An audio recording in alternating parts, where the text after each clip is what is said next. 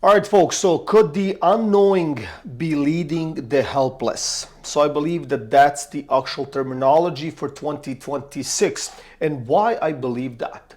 Because Toronto Real Estate Board carries many thousands of realtors. However, more than 90% have never dealt in a down market. Think about that for a second. So no experience, and the actual expectation from the realtor and onwards could be actually distorted a little bit. So I'll get into that. I have a couple of examples, right? From Niagara Falls, Paris, Brantford, London, Brampton, Mississauga, properties that have sold. I would like to talk to you about those. I would like to talk to you about listings just to see where the pricing is at and what have the experience been so far. I know that we just started the year, but the actual rhythm and the actual expectation will be completely different than most expect. So for the 2 decades or maybe more, every realtor or most realtors depended on that strategy where it will sell. It's we're just gonna keep producing and the magic will happen on its own, right? Price cuts usually worked, right, in these situations, and time fixed most of that problems.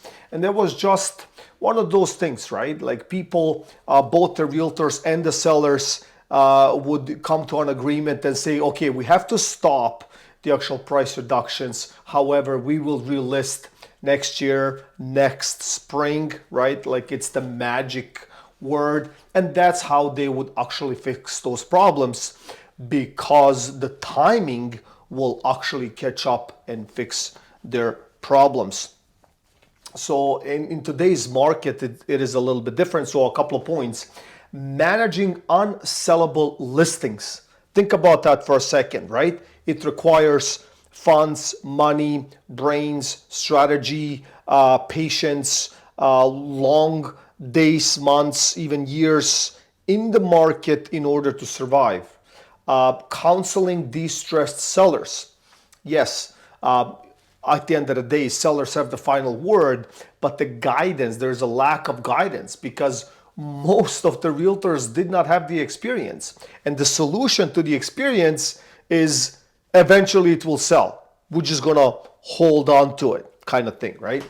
Blind leading the blind, right? Like nobody knows what's going on, nor they have enough experience to predict. They might be, a realtor for a while, but they never experienced the downturn market and what that feels like.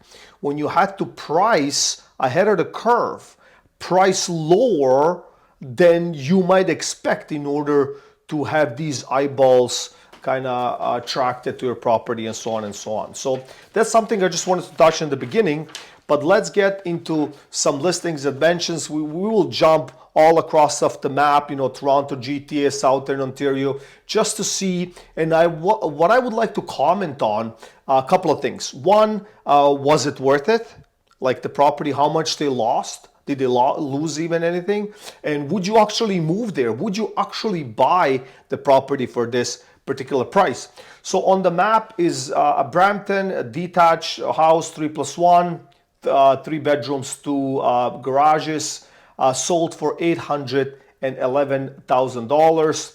However, in 2025, it expired at $995,000. So that's basically a loss within 1 year of reduction of $184,000, right? So, during the peak, this property would sell easily over $1 million. If I had to put a finger on it, I don't know, maybe 1.2, 1.3 million all day long, right? So if you calculate that peak, it could be even more. We're getting now into $300,000-$500,000. But the question is, would you buy this property at 811? Is it worth it? And are the prices still feathering down?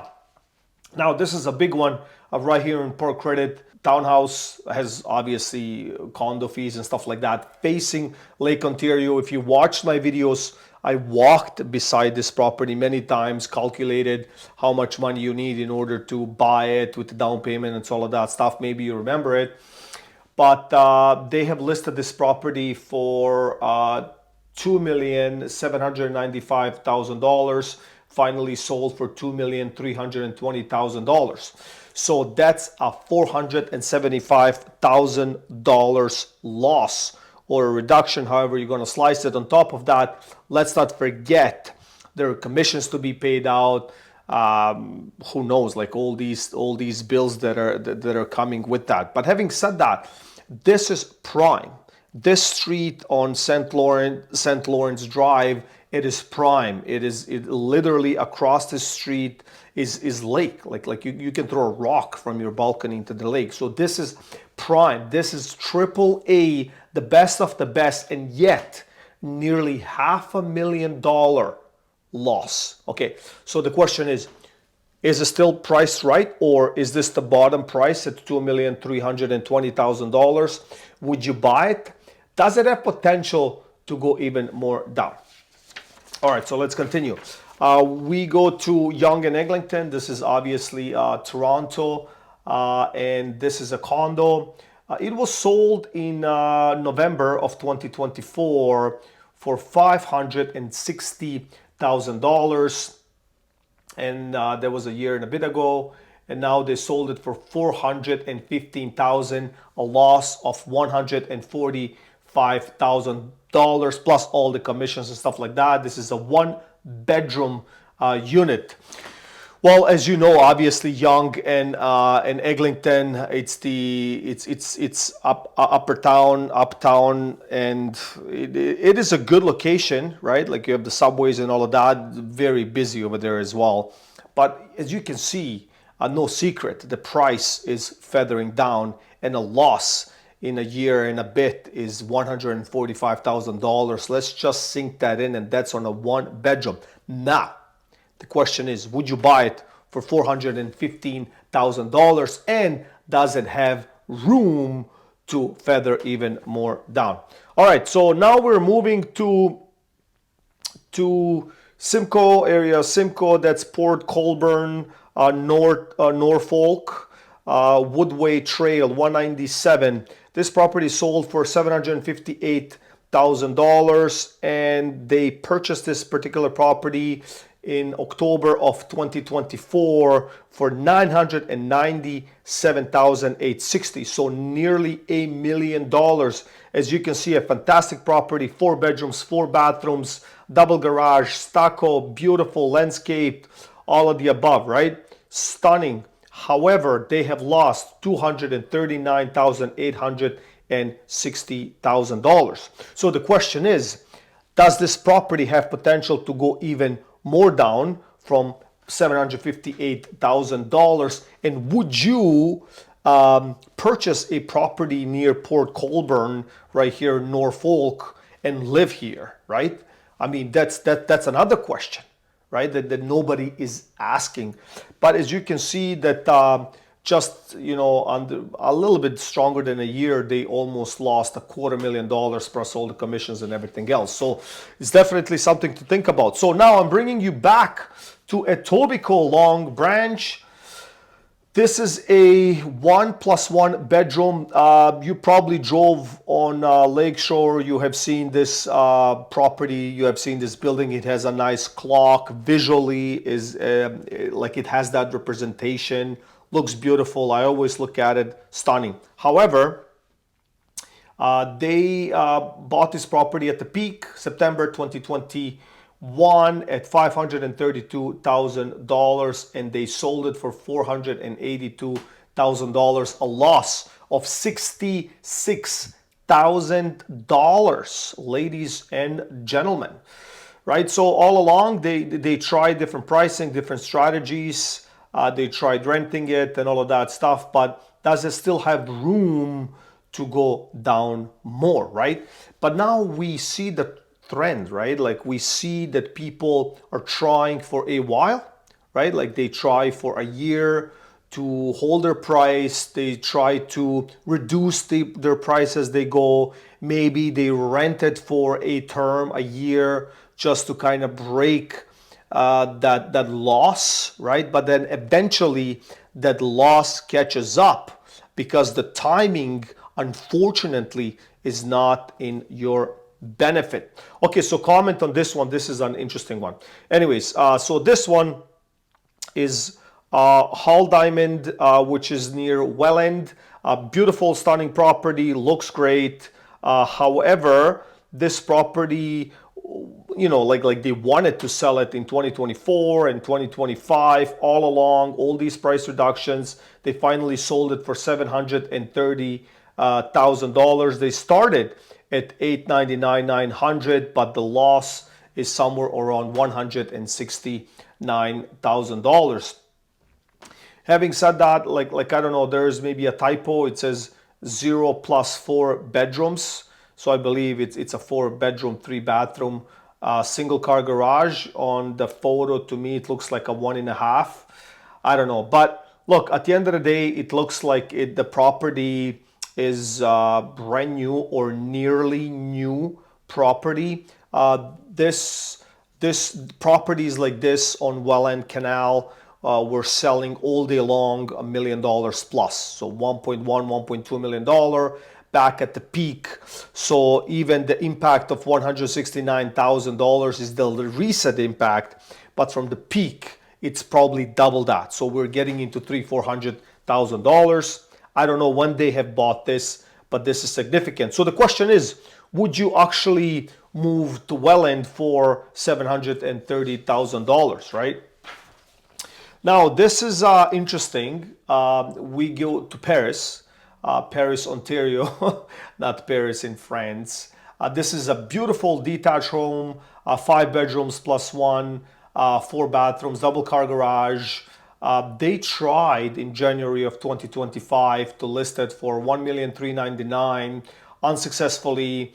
Then they tried to lease it. That they tried to relist at $1,379,000 of a reduction of $20,000. So this is still for sale, not sold yet. But now the question is this property really worth $1,379,000 the asking price? And I know what you have to say. It's worth only the amount that somebody is willing to pay for. All right, that's the terminology or the saying. But would you actually buy this property in Paris, Ontario, all right, north of Brantford, and live there for $1.4 million? It is a nearly new property, fine, I get that. But would you actually do it? That's the question. And how much would you pay for a property like this? Now I take you to London. We go west, London, Ontario. This property, stunning, not stunning, but cookie cutter subdivision home, but fine. It's still nice, still beautiful. Listed for $789,900. They had a reduction since last year in April, nearly $40,000. So the question is, would you move and pay $800,000 to live in London in a detached home?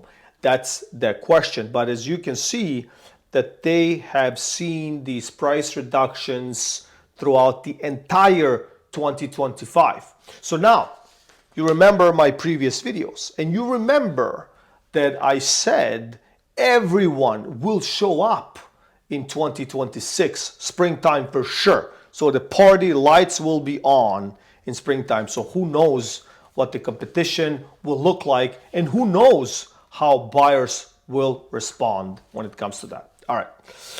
So now I'll take you to Fort Erie. This is interesting, like properties like this throughout the actual pandemic or the peak, like these properties were gold. Like everyone wanted something like this, a little bit of piece of land, doesn't matter about the property, it's still a 3-bedroom, it's still small. If I have to guess, it's somewhere around 1,000 square feet, small bungalow and stuff like that. But, they tried in 2024, they tried in July listing it for $399,000, and they finally sold it last year, the end of last year, for $240,000. Ladies and gentlemen, that's a loss of $159,000. It's crazy. All right, so let's go back to Niagara Falls. Niagara Falls has been hurting a lot, right? Like it changed, the landscape changed rather quickly, right? Even though they tried putting different, I would say, easements or value. Like they brought Costco, Ellis Don is building a hospital. All these builders were building all these homes and stuff like that. But for some reason, the prices are not sticking at all. So in 2023, in June, they listed this property for 949,900, and they have it now listed in October of 2025. They listed it for $789,000. That's a reduction of $160,900. So this property, just by looking at it, nothing wrong with the property. I mean, the property is, has a balcony. Roughly, if I have to guess, is somewhere around 2,500 square feet, 23 to 2,500 square feet. So nothing wrong, but think about it. Like, it's extremely stressful. So I don't know. I mean, they also tried leasing it and all of that stuff. So definitely, Niagara Falls is hurting big time. All right, so let's go to Niagara Falls, Dorchester. This is an older area of Niagara Falls, and this is vacant land. I don't understand this land at all. I don't know. Like, I'm sure there's some value. There's some value, but if I'm looking at this, they bought this property at in 2021 for $2.2 million. And then now they're selling it in 2025 for nearly $3.6 million. I have no idea what happened here. Like, we're talking an increase of $1.4 million. So I don't know. Good luck to them. I don't know. Maybe if the zoning changed, like that could maybe affect the actual value of the property. But I don't know. Do you have $3.6 million to buy a vacant land in Niagara Falls? I don't know. But comment below. Anyways, we go back to Welland. This is something that people were drooling throughout the pandemic, obviously, and just buying that land, that long driveway, that fence in the front, at the back. Like, it just made sense. Like overall, this was a gold mine. If you had a property like this, it was definitely a gold mine. So it sold for $1.7 million in 2021. So I'm showing you that in 2021, which was the peak, right? Like summertime, like it was like, well, not summertime, fall time, but it was sold for 1.7 million. Imagine that for a second. Now they listed it for 1.5 in 2025, still not sold, and that was a reduction of $200,000. The question is, does it have potential to sell for 1.5, right? And would you actually buy it for $1.5 million? All right, Brantford, taking you back closer to Hamilton. This property saw a reduction from 2025 from $920,000, kept going down, got reduced to $839,000, which is a reduction of $81,000. Nothing wrong with the house. I mean, looks stunning. It looks like it's in a perfect neighborhood, tucked away. There's a forest in the back, looks good. But you see, even properties with all of those perks are seeing values drop and reductions, right? So this is an interesting one, and it's sold. It's in Milton, Ontario. It's a townhouse. I believe these townhomes are a freehold townhomes. They bought it in 2023, and they paid $816,000 for it. They just finally sold it for $733, which is a hit of $83,000, ladies and gentlemen. Properties like this were also a gold mine because they were that bump up, entry level, step up property, especially Milton. Milton was extremely hot, but now we see that even Milton is cracking from within, and they have built thousands upon thousands of these townhomes, cookie cutter, condo style townhome. I have no idea. They have built all kinds of stuff. Like driving through Milton nowadays, like it looks like a field of mushrooms everywhere. Like that's what it feels like. Like it's crazy, you know? So, but we see that even Milton is cracking from within. So, let me know what do you think. I mean, like, do you think that we really hit the bottom and that there's definitely the chance of recovery in 2026, or this is just the actual preview of what 2026 and potentially 2026 will look like? Thank you all for watching. Please like, share, and subscribe, and I'll see you in the next one.